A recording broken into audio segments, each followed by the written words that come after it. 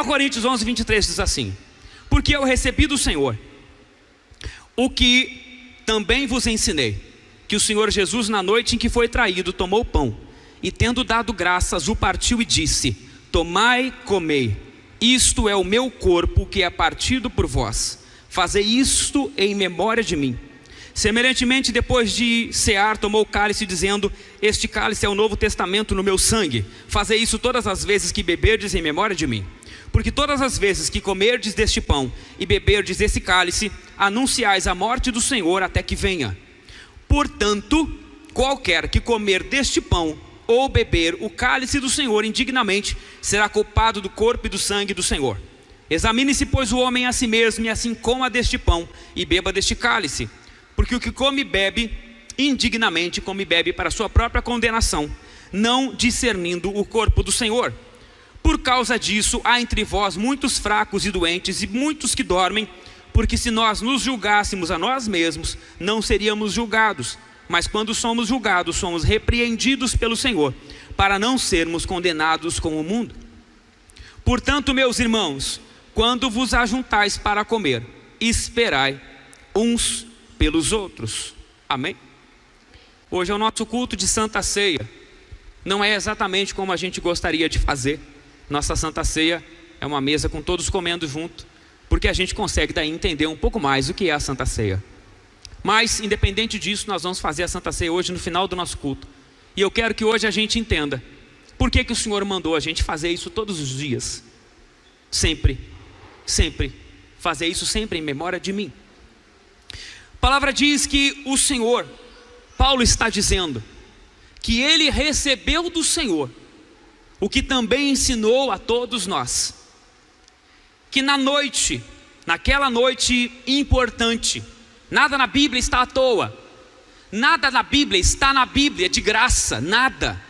Tudo está na Bíblia por algum motivo. Tudo está na Bíblia por um porquê. Amém? Tudo. Quando a palavra fala, Paulo diz que recebeu do Senhor, que na noite em que ele foi traído, ele tomou o pão e trouxe um ensinamento para nós, que Jesus mesmo disse para a gente fazer sempre. Então, se Jesus disse para a gente fazer sempre, é porque não é só pegar um pedaço de pão e comer, e não é só tomar um cálice de suco de uva. Não é. É muito mais profundo.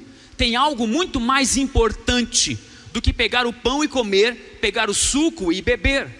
É muito mais profundo do que a gente imagina. A gente precisa parar um pouco e considerar o que Jesus está dizendo. Porque quando alguém importante diz alguma coisa para nós, nós paramos para ouvir. É diferente quando alguém fala qualquer coisa, a gente, não, tudo bem, ok. Mas quando alguém fala alguma coisa importante, ou é alguém importante, a gente para ouvir o que aquela pessoa está querendo dizer. Quando Jesus disse, quando Paulo está dizendo, replicando o que Jesus disse, que na noite em que ele foi traído, ele tomou o pão e tendo dado graça, o partiu e disse: tomai e comei, fazei isto em memória de mim. Fazei isso em memória de mim. Não é em memória da minha morte. Jesus não está dizendo: fazer isso em memória da minha morte, fazer isso em memória de mim. Agora, por que ele manda a gente pegar o pão e repartir para lembrar dele? Por que ele manda a gente pegar um pedaço de pão, repartir o pedaço de pão, para que a gente lembre da vida dele? Ora, ele está dizendo, olhando para a vida de Jesus, ele está chamando a atenção para que a gente, ao olhar para a vida dele, lembre, porque foi muitas coisas. Jesus fez muitas ou poucas coisas? É lógico que Jesus fez muitas coisas, mas ele mandou nós parar para prestar atenção nessa parte da vida dele. Lembre de mim quando vocês olharem um pão sendo repartido. Jesus estava dando para nós a entender, dando a ideia, mostrando para nós o sentido real do que foi a vida dele. E a vida de Jesus foi um grande repartir. Começa que o Senhor Jesus estava no céu, na glória, não tinha fome, não tinha nada, não tinha problema, não tinha angústia, não tinha sofrimento, estava com o Pai. A palavra diz em João, capítulo 1, que ele era o Verbo, e o Verbo estava com Deus, e o Verbo era Deus, ele era Deus. E a palavra diz que ele abriu mão da sua glória, ele não teve por usurpação o ser igual a Deus, antes abriu mão e desceu para morrer uma morte de cruz. A vida de Jesus mostra o repartir, chama atenção para o partir do pão, o não olhar para mim, o olhar para a vida do outro, o pensar no outro através de mim, olhar para a minha vida, enxergar da minha vida o que da minha vida pode ser entregue para o outro. Porque fazendo isso, quando nós fazemos isso, quando nós entendemos que Jesus fez isso, nós que somos o quê? Cristãos? Seguidores de Jesus? Nós olhamos porque tem mais de importante para a vida daquele que a gente segue. E o que é mais importante na vida daquele que a gente segue é que ele se partiu por nós. Jesus partiu uma parte de si para entregar a nós através do seu corpo. A palavra está dizendo: fazei isso todas as vezes que comerdes em memória de mim. Partam o pão em memória de mim. Hoje, quando nós partirmos esse pão, na verdade, ele já foi pré-partido, mas quando você pegar o seu pedaço de pão e você partir o seu pão, esse ato vai mostrar na prática o que Jesus fez por nós. Nós vivemos hoje, como eu disse no início, nós vivemos um problema grave, porque nós perdemos o sentido das coisas. A igreja perdeu o sentido das coisas. Fala para mim, qual é o sentido de a gente vir na igreja se não é para fazer culto? Qual o sentido da gente sair de casa, deixar a nossa casa, o conforto da nossa casa, vir para um dia como hoje, que a gente saiu de casa, estava um calorão, teve gente que até a roupa deixou no varal e agora está chovendo? Qual o sentido da gente sair de casa, deixar a nossa casa, vir para a igreja, se não é para fazer culto? Qual o sentido? Quando nós viemos para nos reunir com a igreja, é primeiro para fazer culto, segundo para ouvir a palavra. São duas coisas que me preocupam quando eu venho na igreja. Eu preciso fazer o meu culto, eu vim para cá para isso. E eu preciso pregar a palavra, e a palavra. Não posso ficar aqui contando história da carochinha, porque história da carochinha não salva ninguém. Palavra motivacional para você dura até a esquina. Palavra motivacional dura até o primeiro problema que você não consegue resolver. Palavra motivacional esbarra quando você perde. Palavra motivacional esbarra quando alguém vence você, porque o motivacional é para você vencer. O motivacional é para você ver os outros perderem em relação a você, você ter o melhor da terra, você ser melhor que os outros, você ganhar e os outros perder. Quando você perde, eu quero ver o que resta de você, porque isso é o evangelho. O evangelho é ter satisfação em Deus. O evangelho, escute bem o que eu estou falando para você, satisfação, estar satisfeito com Deus. O evangelho é satisfação em Deus. Por isso que Paulo fala: eu sei, eu já tive tudo, abundância de tudo, e eu já tive falta, mas em todas as coisas nós somos o quê? Mais do que vencedores. Nós somos, ele fala depois, nós somos mais do que vencedores nele. Tudo posso naquele que me fortalece. Eu posso ganhar, eu posso perder, eu posso vencer, eu posso não vencer.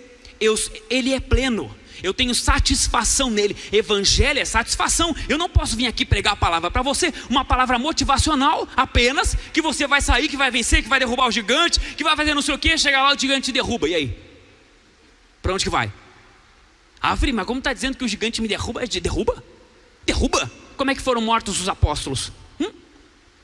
De cabeça para baixo, crucificado, queimado na fogueira, não é?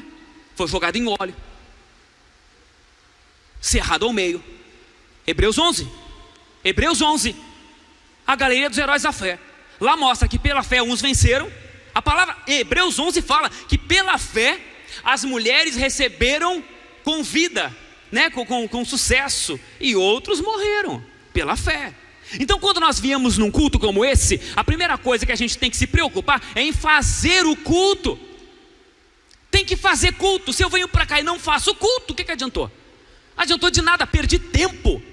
Então nós precisamos colocar na nossa cabeça as coisas de Deus no seu devido lugar. Então, quando eu venho para a igreja, eu preciso fazer culto. Se eu sou crente, seguidor de Jesus, eu tenho que entender que aquele a quem eu sigo, ele repartiu a sua vida para abençoar a nossa. Ele abriu mão de tudo e partiu. E ele manda assim: pessoal, olha para cá, olha para esse pão aqui, ó. Isso aqui sou eu partido para vocês. Tem que entender que o sentido de Jesus, o sentido da Santa Ceia, não é comer um pão.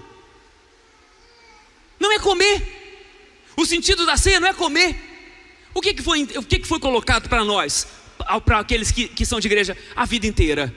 Que na ceia a gente vai comer um pão, beber um cálice, se a gente é santo. Se a gente não é santo, nós não podemos comer. Não vou tocar no pão hoje, eu estou em pecado. Eu não posso comer. Eu posso ou não posso comer. O sentido da ceia é o quê? Posso ou não posso comer. Posso ou não posso beber. É o sentido que a gente aprendeu da ceia. Mas não é isso. O sentido da ceia é compartilhar. Não é eu comer, é ele comer. Eu não venho para a ceia preocupado se eu vou comer. Eu venho preocupado com a ceia se ele vai comer, se ela vai comer. No sentido geral. Quer ver?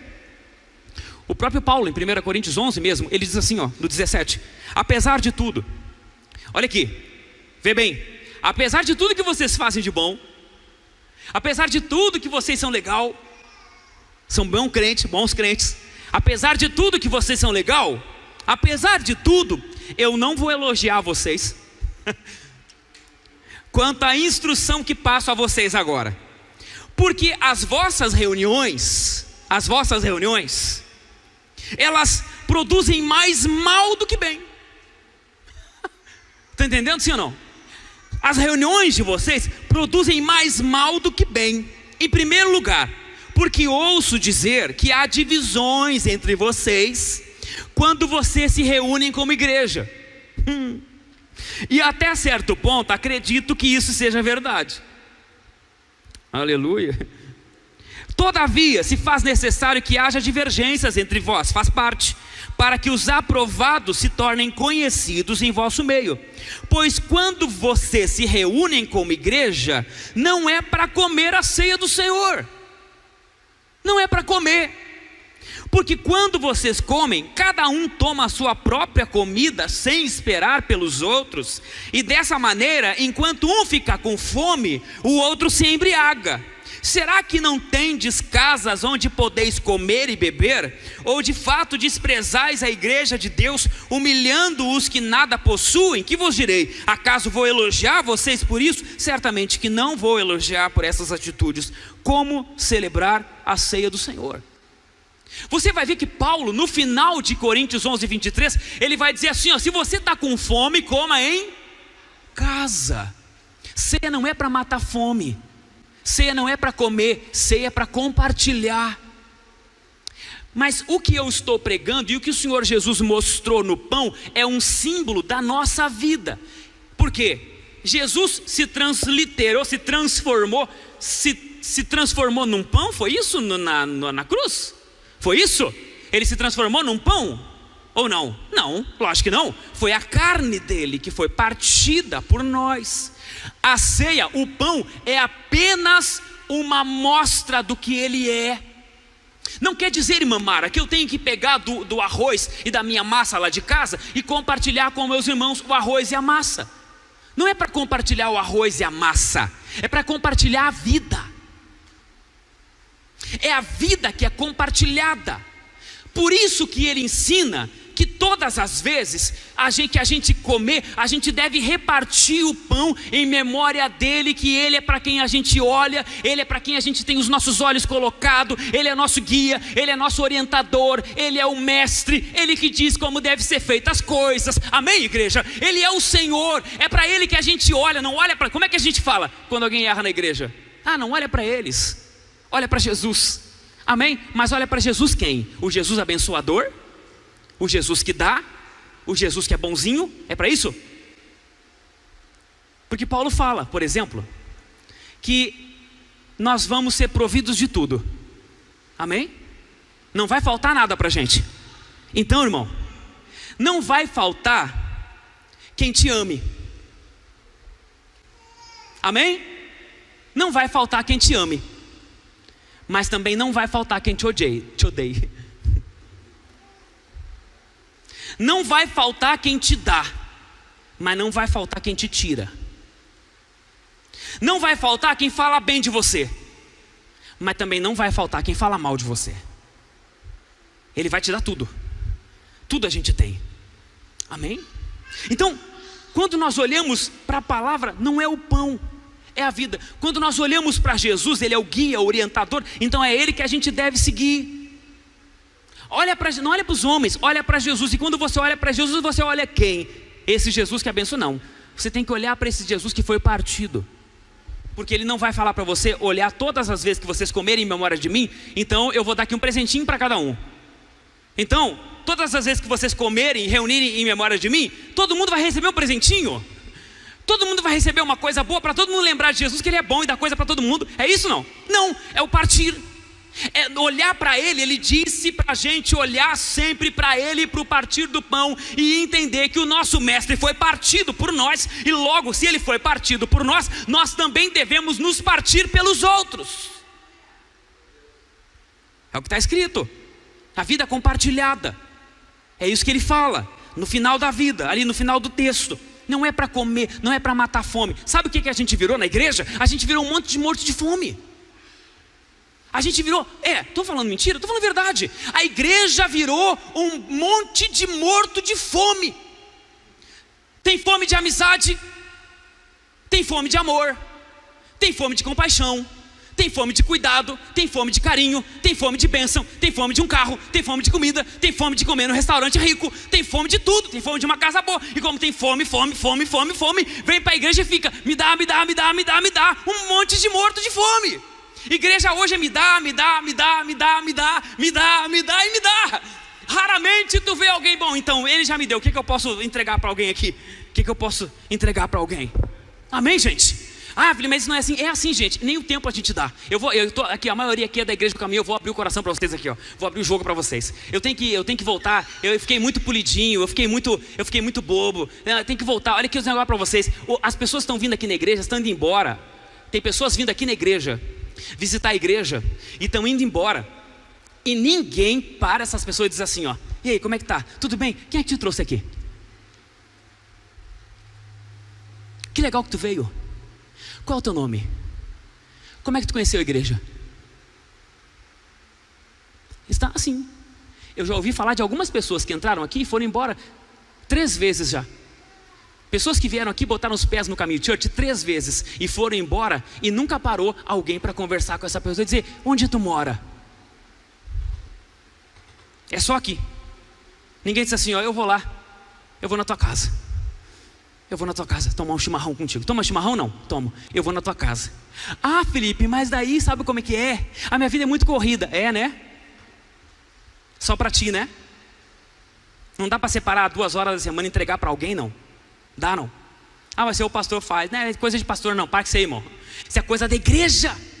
Não é o pastor que olha para o Jesus que reparte e diz, bom, então o pastor tem que ser igual a Jesus que reparte. É a igreja que tem que olhar para Jesus.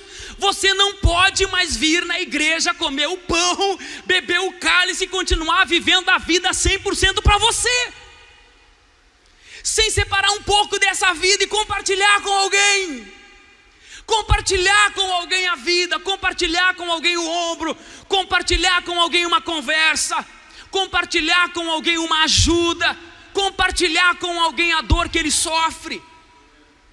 Ou nós vamos aqui, essa igreja tem 4 anos, daqui a 10 anos, se nós não mudarmos isso aqui nessa igreja, nós vamos estar nessa igreja reclamando das mesmas coisas que nos tiraram das igrejas da onde a gente veio. Porque aqui muita gente veio de outra igreja, Se nós não mudarmos isso aqui nessa igreja, não é eu e você, se nós não mudarmos isso aqui nessa igreja, daqui a 10 anos, nós estamos indo embora dessa igreja, dizendo as mesmas coisas que a gente está dizendo de igrejas da onde a gente veio. Onde não há amor às vezes, onde um não se importa com o outro, onde o visitante, a gente traz na igreja até vergonha de trazer na igreja o visitante, às vezes, porque o visitante vai embora. Tem irmãos de outra igreja que traziam até pouco tempo atrás visitante aqui e não levavam na igreja deles. Ó Felipe, estou levando um amigo meu, uma amiga minha aqui na tua igreja, porque na minha não dá, porque ela vai entrar, vai sair, ninguém vai procurar ela. Eu disse, pode trazer para cá, e a gente cuidava deles. Agora infelizmente a gente não está cuidando mais. Isso tem que mudar nessa igreja, amém meu? Vai ter que mudar, e vai ter que mudar para vocês, porque Deus não fala com ausente, Deus fala com presente. Então a palavra é para vocês aqui essa noite. Glória a Deus, irmão, é para nós. Para acabar o culto, nós temos aqui um ministério de consolidação, mas não precisa, César, não precisa ter ministério de consolidação, só precisa ter para fazer contato depois, tal, mas não, a igreja não precisa disso. Como não precisa de ministério de evangelismo? Todo mundo é evangelista, todo mundo é missionário, todo mundo compartilha. Então quando o pão se dividir nessa noite, e todas as noites de Santa Ceia, que o pão for dividido, lembra que o sentido da ceia não é comer, é compartilhar alguma coisa. Glória a Deus, glória a Deus. Como em casa, quando vim para cá, vem para compartilhar. Eu fico olhando às vezes para nós, para a nossa vida. Nós que somos crentes há um bom tempo, nós continuamos às vezes dependendo do culto.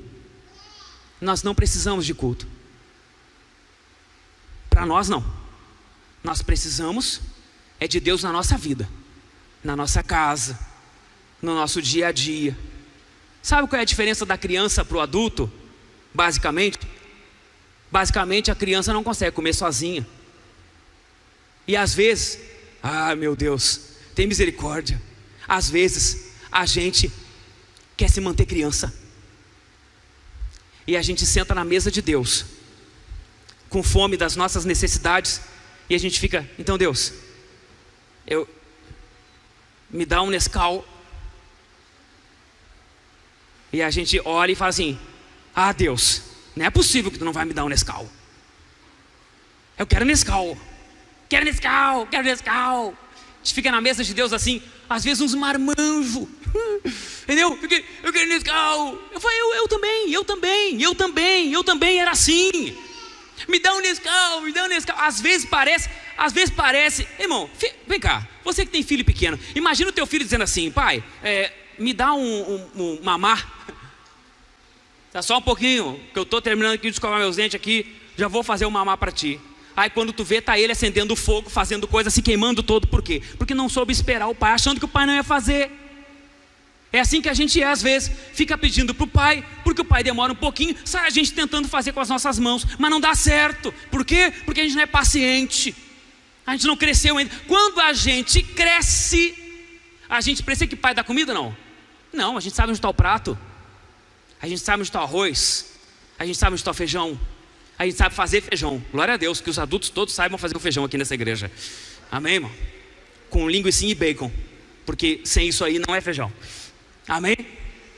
Linguicinha e bacon, que todo, sabe fazer comida para ti, irmão, tu cresceu, tu é adulto, tu está passando uma prova, tu não sabe que orar o Senhor vem, sabe não? Lógico que sabe, está passando uma prova de dificuldade, para quem ficar de mimimi, não é?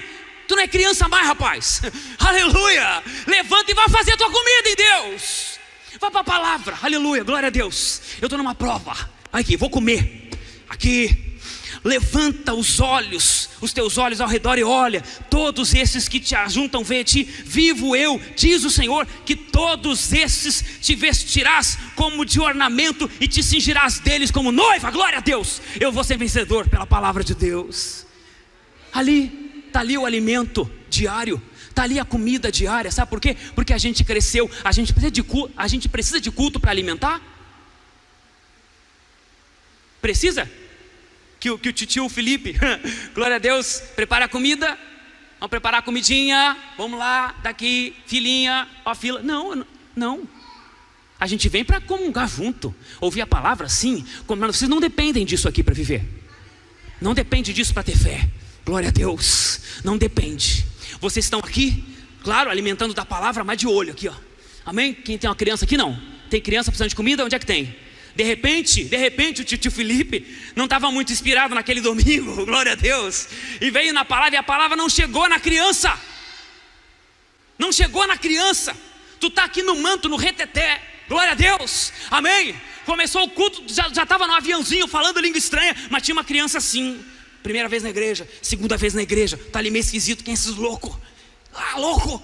Está aqui apavorado, olha para cá, olha para lá, meio assustado, não se alimenta de nada. Sentiu, você sente que a pessoa não alimentou, a comida talvez foi meio salgada, então não foi boa, não alimentou legal, mas tu está ali de olho, tu está perto, sabe por quê? Tu é um adulto, tu está vendo uma criança passando necessidade, o que tu faz? Acabou o culto, vem cá, tudo bem, como é que tu está? Gostou do culto? Não. Então, entende o que lê? Entende o que ouviu? Pois é, não entendi, então vou te explicar, vem cá. Onde é que eu posso tomar um chimarrão contigo na tua casa? Glória a Deus, igreja. É isso que eu estou falando. É repartir o que é meu. É repartir minha vida com alguém. É repartir o final de culto maravilhosinho, que eu gosto de no final de culto falar com o querido aquele, com a querida aquela, tão bom, a gente, né? Tal, não, irmão, não, marca um dia com ele em casa. Ele, tu tem o WhatsApp dele. Ela, tu tem o endereço da casa dela. Mas a criança que veio aqui que não tem, tu não tem. Começa a abrir mão um pouquinho do que é teu. Reparte o teu tempo do final do culto. Reparte o teu tempo da tua semana. Reparte. Está lá na porta, lá os alimentos lá. Reparte a tua comida com alguém. Reparte. Cria um hábito. Porque a gente às vezes esquece, não é? Bota um chamado no telefone lá, um apito lá no telefone, no domingo, 6 horas da tarde, para você passar no mercado. Oliveira fica aberta até as 8h30, glória a Deus, até as 8 no domingo. Passa lá, compra um arroz, compra um feijão, compra um leite, traz para a igreja, reparte, glória a Deus. Deixa eu seguir, se eu não seguir eu não acabo hoje. No 20, aleluia, Paulo entendeu isso. Paulo entendeu, Atos 20, 24, ele diz: mas em nada tenho a minha vida como preciosa. Não é preciosa a minha vida, contanto que cumpra com alegria a minha carreira e o ministério que recebi do Senhor Jesus, para dar testemunho do evangelho e da graça de Deus. Sabe quando o mundo vê que o Senhor é Deus? Quando vê a igreja repartindo. Amém? Sabe por que o mundo não se salva? Porque vê a igreja só recebendo, não vê a igreja repartindo. O dia que o mundo vê a igreja repartir, o mundo se salva. Glória a Deus. O mundo vai se converter o dia que começar a ver a igreja repartir. Chegou um domingo, você foi, entupiu, estourou tua tampa no culto. Estourou a tampa. É língua estranha. Correu lá. Essa igreja é pentecostal, irmão. Nem vem, essa igreja é pentecostal. É correria, é aviãozinho, é profecia, é língua estranha, é reteté. E quem estava terça-feira que viu. Glória a Deus. Amém? Daqui um pouco tu está lá, abençoando a vida de alguém. Aleluia. E aí estourou o domingo, foi uma bênção. Tu saiu daqui explodindo na presença de Deus. Procura alguém para repartir essa bênção. Talvez a pessoa que você ali, aqui, o Fábio e a Shirley, estão repartindo a casa deles. Está aqui, o William aqui e a Vânia também repartem a casa deles lá. Depois que começarem a vir as pessoas na casa do Fábio e da Shirley, vocês vão ver que esse pessoal vai parar ele no Oliveira para conversar. Então, estou com um problema, vem cá, me ajuda aqui. Mas tinha horáriozinho certinho no relógio para fazer a compra, não é? Então vai ter que repartir. Se tem compromisso depois, vai ter que comprar menos. Mas vai ter que repartir aquele tempinho que tu separou para compra. Vai ter que repartir. Amém? É isso. Reparta, eles vão repartir a casa deles. O bem mais precioso que a gente tem é o nosso lar, não é? Nosso lugarzinho. Quero dar um recado para você. Tudo, eu já falei aqui no caminho. Quem quer aqui? Aleluia. Quem quer a sua casa na mão de Deus? Glória a Deus, levante a sua mão. Quem quer? Aleluia. Aleluia. Quem quer a sua família na mão de Deus? Aleluia. Aqueles que já sabem nem estão levantando a mão. Glória a Deus. Glória a Deus. Quem quer seu carro na mão de Deus? Amém. Na mão de Jesus, né? Todo quer, né? Então quero falar um negócio para vocês. Preciso falar um negócio para vocês. Tudo que você coloca na mão de Jesus, Ele reparte e divide entre os irmãos. Quer casa na mão de Deus? Então tua casa não é mais tua. É de quem? É de quem? Quem foi que colocou na mão dele? Então, tem bênção? Tem bênção? Quando a casa está na mão de Deus, tem bênção? Tem, mas não é mais tua. Só vem bênção na nossa vida quando a gente reparte. Não há bênção quando não há repartir. Não há bênção. Tudo o que a gente recebe achando que é bênção e não compartilha, não é bênção, é maldição. Porque todas essas coisas que a gente recebe para nós e não reparte com os outros, todas elas o diabo prometeu para Jesus lá no deserto. Tem gente confundindo bênção com maldição. Tem gente confundindo poder com sucesso, com coisas de Deus. Não é. O diabo disse para o Senhor Jesus: eu vou te dar tudo isso se tu me adorar. Todos os reinos do mundo. Aí todo mundo quer reino do mundo, acumular reino do mundo. Todo mundo quer bênção, todo mundo quer prosperidade, todo mundo quer tudo, mas não quer repartir. Quando a bênção vem e não é repartida, não está na tua mão, está na mão, não está na mão de Deus. Está na mão de quem? Do diabo. O diabo é que faz as coisas só para ele. É ele que gosta disso. Jesus não. Jesus é repartir, é compartilhar. Aleluia. Ele fala que haverá um novo testamento. Ele faz um novo testamento, uma nova aliança no sangue dele. E quando a gente olha para o novo, a gente entende que só tem a sensação, Wagner, do que é novo, Davi, aquele que experimentou o velho.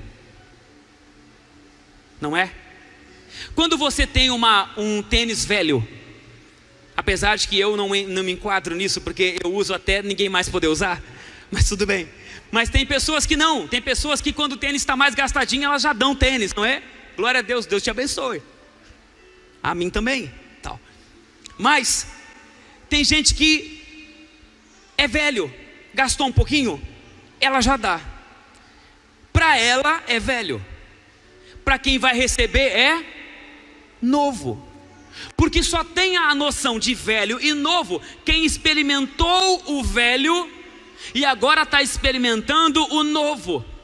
Nós temos dificuldade de entender a nova aliança porque nós não experimentamos a velha aliança. Por isso nós temos dificuldade às vezes de aproveitar a bênção do Senhor. Você sabe por que a gente às vezes não consegue fazer um bom culto? Você sabe por que a gente às vezes não consegue fazer um culto maravilhoso para Deus? Porque nós não experimentamos a impossibilidade de fazer o culto. Porque se você experimentasse a impossibilidade de fazer um culto, quando você fizesse um culto, você ia fazer um culto espetacular na sua vida. Por quê? Porque você experimentou não poder fazer. Quantos aqui já ficaram 24 horas de jejum?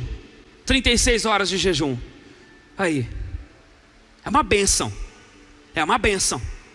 Você não faz ideia. Se você não fez, aproveite, faça 24 horas de jejum, 36 se puder. Quanto mais puder, melhor. Você já comeu um pastel de guisado seco depois de 24 horas de jejum? Já comeu ou não? Você já comeu ovo com pão depois de 24 horas de jejum? Meu irmão, é uma bênção. Irmão, meu Deus do céu, é uma bênção. Agora, isso, um pastelzinho sequinho, guisado puro, só com sal. Não precisa ter nada, nem ovo, nem tomate, nada, só o sal e o guisado. Depois de 24 horas de jejum, irmão, meu Deus. Agora come uma picanha. Depois da picanha, tenta comer um pastel de guisado seco para ver. Não come. Você consegue entender essa relação? Então você nunca vai experimentar na sua vida o que é nova aliança de fato, porque você não experimentou a velha aliança. Ah, irmão, hoje você ora, você dobra o joelho e ora e Deus te ouve. Quando Jesus verteu o seu sangue na cruz, ele disse assim: bom, gente, agora todo mundo pode chegar no Pai. Quer vir ao Pai? Vem aqui, me dá a mão que eu te levo no Pai. Vem cá. Ia lá falar com Deus. Não experimentou aquele terror de medo de ser morto. Não experimentou a falta de acesso a Deus. Não experimentou a impossibilidade de falar com Deus. Jesus está dizendo que Ele faz uma nova aliança. A aliança anterior era uma aliança fechada. A aliança anterior é uma aliança cheia de medos, cheia de medo, de receio. Vocês não conseguem entender isso, nem nós, eu também não, porque a gente não sabe, cheio de receio, cheio de ansiedade, cheio de dificuldade de se aproximar de Deus. Agora, se tiver alguém agora que cometeu um crime terrível, e se ele correr e se arrepender e falar com Deus, Deus ouve ele. O ladrão da cruz, que eu já falei tantas vezes aqui, foi um exemplo disso. Da onde na velha aliança o ladrão tem acesso? Jamais. Mas na nova aliança, todo mundo tem acesso a Deus. Você quer falar com Deus? É só falar com Ele, Ele vai te ouvir. Porque o sangue de Jesus, Ele abriu o véu se rasgou. O Santo dos Santos agora é acesso para qualquer um, pode chegar lá. Então Deus, estou aqui, Deus. Não é? Ficou tão comum que agora a gente entra até, é outra pregação, não vou pregar isso hoje, mas a gente até passa pro pecado de usar iaiô. Usar iaiô, aqueles que tocaram na arca, porque, você sabe por quê? Eu vou falar. Sabe por quê? A arca da aliança foi perdida por Davi, pelo povo de Deus. Foi perdida e foi parar na casa de Uzaiaiô, o pai dele, não sei se é o nome do pai dele, Obed-edom. Foi parar na casa de Obed-edom. A arca na casa, coisa bênção, maravilha. A arca, a presença na casa. E eles brincavam ali, era criança. Ah, a glória de Deus está aqui, ó a glória. Amém? Ó a glória de Deus aqui, que linda, ó. Ah, a glória aqui, a glória. A glória, a glória de Deus. Enchi com a glória de Deus ali, a presença, a arca da aliança. Ó a arca da aliança aqui. Cresceram do lado da arca da aliança. A arca da aliança se tornou comum, ou seja, a glória de Deus se tornou comum para eles. Não mexe. Só que Deus, o Senhor resolveu restabelecer. Quando o Senhor resolveu restabelecer, bom, agora eu vou tratar minha glória de novo. E vai lá. E eles foram buscar a glória de Deus, a presença de Deus. Foram buscar. E quando está trazendo Uzaiaiô, acostumado a mexer com a glória, quando vai cair a arca da aliança, eles metem a mão para segurar. Só que daí a coisa já era diferente. Morreram por tocar na arca, na presença de Deus, tocar na glória de Deus de qualquer jeito. Hoje, porque a gente tem esse acesso livre, as pessoas até extrapolam, querendo mexer na glória de Deus de qualquer jeito. Mas não se iludam, o véu do templo se rasgou, o sangue de Jesus deu acesso, mas continua sendo a glória de Deus.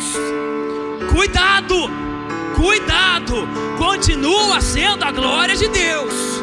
Tem homens do altar que estão morrendo porque mexem com a glória de Deus de qualquer jeito. Tem cantores que cantaram para multidões, que daqui a pouco a gente ouve falar que morreu, a gente fica perguntando por que morreu, porque ficou mexendo com a glória de Deus. Não mexa com a glória de Deus, continua sendo glória de Deus. Só que agora a gente tem acesso por causa da nova aliança. É livre o acesso para a presença de Deus. Aleluia. Anunciais a morte do Senhor quando vocês fazem isso. Aleluia. Para que todos saibam, todos conheçam. Aquele que come e bebe indignamente, come e bebe para sua própria condenação, não discernindo o quê? O corpo do Senhor. Não discerne que é corpo.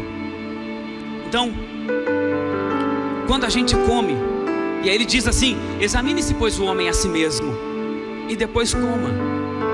A gente tem que olhar para dentro de nós. Na ceia, a gente olha para trás, a gente olha para Jesus. Na ceia, a gente olha para frente. Na ceia, a gente olha para dentro, e a gente olha para fora. Na hora de olhar para dentro, não é para ver se não tem pecado. Na hora que a gente olha para dentro, é para olhar primeiramente se nós temos a consciência de que somos pecadores. Quando nós olhamos para dentro, Ivana, é para ver da onde Ele nos tirou. Quando a gente olha para dentro, a gente olha o que foi feito a favor da gente. Quando a gente olha para dentro, é para enxergar o nosso pecado. E quando a gente enxerga o nosso pecado e a falta de condição de chegar na presença de Deus, a gente começa a ver o quanto foi feito por nós para a gente ter acesso a essa presença. Quando a gente olha para dentro, é ver o tamanho do nosso pecado, não é para ver o quanto a gente é santo. Muda essa figura na tua mente. Quando a gente se examina, não é para ver o quanto a gente não erra, é para ver o quanto a gente é pecador e o quanto foi necessário esse perdão que alcançou a gente em Jesus Cristo de Nazaré. Enquanto a gente olha, Fábio, para esse Jesus que abriu mão para que eu fosse perdoado. Quem não tem consciência do seu pecado não pode tomar Santa Ceia. Quem não se enxerga pecador não pode, porque não vai enxergar o que foi feito. Não pode. Quem não enxerga o seu pecado não pode tomar Santa Ceia, porque não sabe o significado de Jesus. Por isso que ele está falando que quem come sem discernir, come para a sua condenação. Porque não é condenado porque toca no pão. Entendeu? Não é que o pão é sagrado, no sentido de que se eu tocar nele eu morro, misticamente. Entendeu ou não? É um troço místico. Então, que é tipo aquele filme de Indiana Jones, né? Aquele filme de Indiana Jones, aquele tocou no troço, desceu um monte de espinho e matou. Entendeu ou não? Entendeu? Sim ou não? Não é nesse sentido que a Santa Ceia é sagrada e que a gente morre por tocar indignamente. A gente morre por tocar indignamente porque a gente acha que está dentro, mas está fora. A gente pega o pão e diz: glória a Deus, estou dentro, mas não compartilha. Glória a Deus, estou dentro, mas fica julgando os outros, porque se acha mais santo do que os outros, se acha que não tem pecado. Entendeu ou não? Olha lá, ó, fulano não comeu o pão, aconteceu alguma coisa por lá. Não acredito que está comendo pão, é um sem vergonha. Não tem vergonha na cara. Olha lá, pegou no pão. Ah, Deus o livre, ele pode, né? Esse que fala pode, né? Esse tá. Entendeu? Vocês estão entendendo, sim ou não? Não. Tem que olhar para dentro de mim e dizer: eu e Deus, eu não posso, Senhor. Eu sou um pecador. Eu sou pecador. Eu sou falho. Tem que ter consciência disso, que eu sou pecador. Se eu não tiver consciência que eu sou pecador, eu não posso, porque eu não entendo que perdão é esse, hein? Eu quero ali. Que perdão é esse que eu recebi se eu não fiz nada? Muito pelo contrário, minha semaninha foi 0 a 0. Que perdão é esse, ô Lucas, que eu tenho que ter se na semana eu não pequei, se na semana eu não errei, se na semana eu não fiz nada? Que perdão é esse que eu mereço se eu não fiz nada? Não, nós temos que olhar para nós e enxergar os nossos erros, nossas falhas, nossos pecados e dizer: eu não posso. Aí eu olho para a cruz, e aí eu vejo um Jesus dizendo assim: vinde a mim, vem cá. Não pode não? Tu tem consciência que não pode? Eu não posso. Então, já que tu tem consciência que não pode, eu te perdoo. Eu já paguei pelo teu pecado. Vem cá. Vem cá. Pode, vem pra mesa. Pode comer do pão. Tu não pode? Não, eu não posso. Então tu vem. Entendeu? Eu não posso, mas eu queria poder. Eu vivo errando, mas eu queria acertar.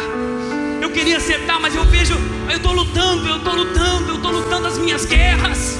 Eu estou lutando para tentar vencer. Eu estou lutando para tentar melhorar. Já faz algum tempo, mas eu não consigo. Mas eu vou indo, eu vou vencer. O que Paulo fala: esquecendo-me das coisas que para trás ficam, prossigo para o alvo da soberana vocação. Eu vou tentando, mas uma hora eu vou conseguir. Aleluia. E toda vez que a gente se quebra e enxerga o nosso pecado, o Senhor está lá para perdoar. Não tem limite. Não tem limite para a graça de Deus. E ninguém se atreva a querer colocar limite na graça de Deus. Não se meta com o perdão de Deus, porque às vezes você está condenando alguém que Deus já perdoou. Amém? É lógico que o arrependimento, ele vem acompanhado de busca por melhoria. Também não é assim. Não se iluda também de fazer qualquer coisa achando que está uma maravilha. Não está uma maravilha não. A palavra fala que o reino do céu é tomado por esforço, e fala que o caminho é estreito, e a porta é estreita também, que conduz à salvação. Entende? Mas no caminho estreito, todas as vezes que nós pecarmos, se nós olharmos para Deus, por isso que a palavra fala que nós devemos examinar nós mesmos antes de tomar o pão e beber o cálice, enxergar o nosso pecado, enxergar a nossa falha, saber que a gente não podia comer, não podia tomar, mas por causa da cruz a gente pode ter acesso. Aleluia, aleluia. Para encerrar, para a gente tomar a Santa Ceia hoje, nós precisamos, e eu concluo com isso, de uma vez por todas. Eu não quero ficar aqui falando a mesma coisa a vida inteira,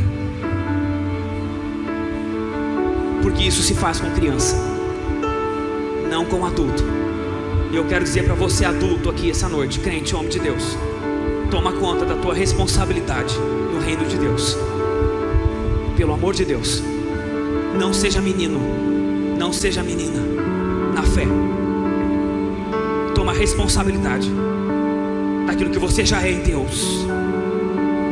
Ah, Felipe, mas eu não entendi alguma coisa ainda. Então nós vamos te ensinar, nós vamos caminhar junto, nós vamos aprender junto, e tu vai amadurecer junto.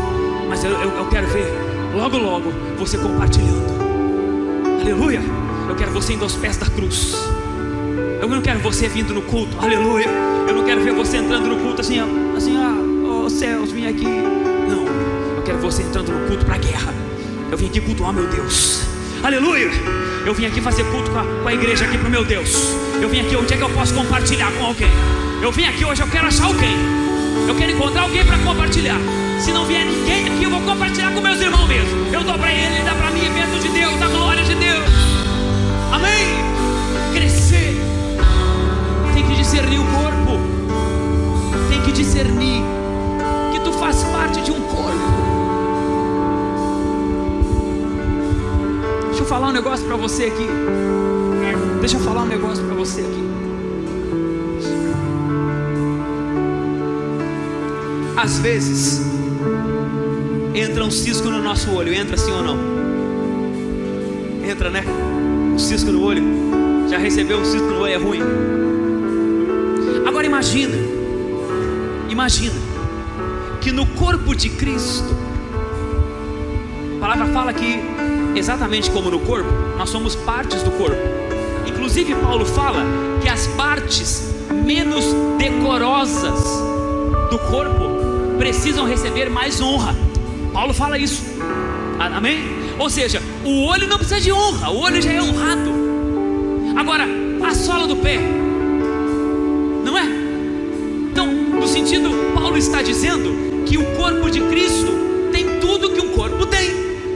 Agora imagina que o olho recebeu um cisco. Quem é que tira cisco de olho? É pé ou mão? É mão ou dedos? E se na hora que o irmão lá, que faz um papel de olho no corpo, num exemplo da palavra, recebe um cisco no olho, uma palavra mal falada, uma ofensa feita por um irmão, um desemprego, um problema, uma desgraça na família, entrou um cisco no olho, aí a mão, a cabeça que é Cristo, fica dizendo: vai mão, vai dedo, tira o cisco do olho dele. E às vezes, aleluia, no final do culto, talvez foi justamente no culto que o cisco entrou no olho. Entrou uma felpa, uma farpa, uma madeira, um pedacinho de madeira entrou no olho. E a cabeça vai mandando para a mão: vai dedo, vai dedo. Vamos dizer que tu seja o dedo. Vai dedo, vai no olho, tira o cisco, faz alguma coisa. E o dedo está como? Como é que está o dedo? O dedo está, ai, esmalte. Glória a Deus. Ai, cutícula. O dedo está lá só para ele. Irmão, o dedo não foi feito para receber esmalte, cutícula. Isso aí é secundário. O dedo foi feito para pegar alguma coisa, para tirar um cisco do olho. Aleluia. Quando a gente discerne que é corpo, quando a gente entende que é corpo, a gente está em prontidão. E a cabeça fala: vai dedo, tira o cisco do olho. Aí o dedo vai lá, e o dedo vai lá. E no final do culto, o dedo chega: e aí, irmão, tá tudo bem? Tá tudo bem contigo, querido? Eu vi que tu tá com um semblante tão triste. Tá tudo bem contigo? Sabe o que o olho faz com o cisco?